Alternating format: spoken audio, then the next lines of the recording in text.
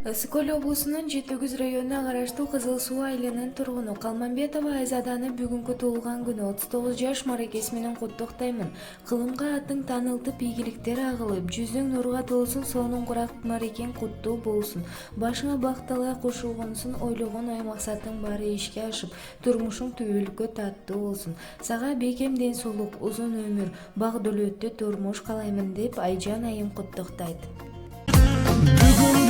Бүгүн сенин тулган күнүң, амандыкты телейли, ден соолукта жүргүн, ачылсын ар дайым жаштык өмүр гүлүң, бактың сүйүң.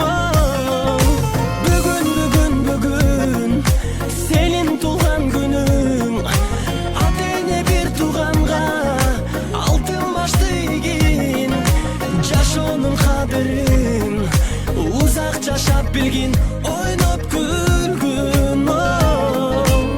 Жаркын маанай дастаркан үстүн саймалап,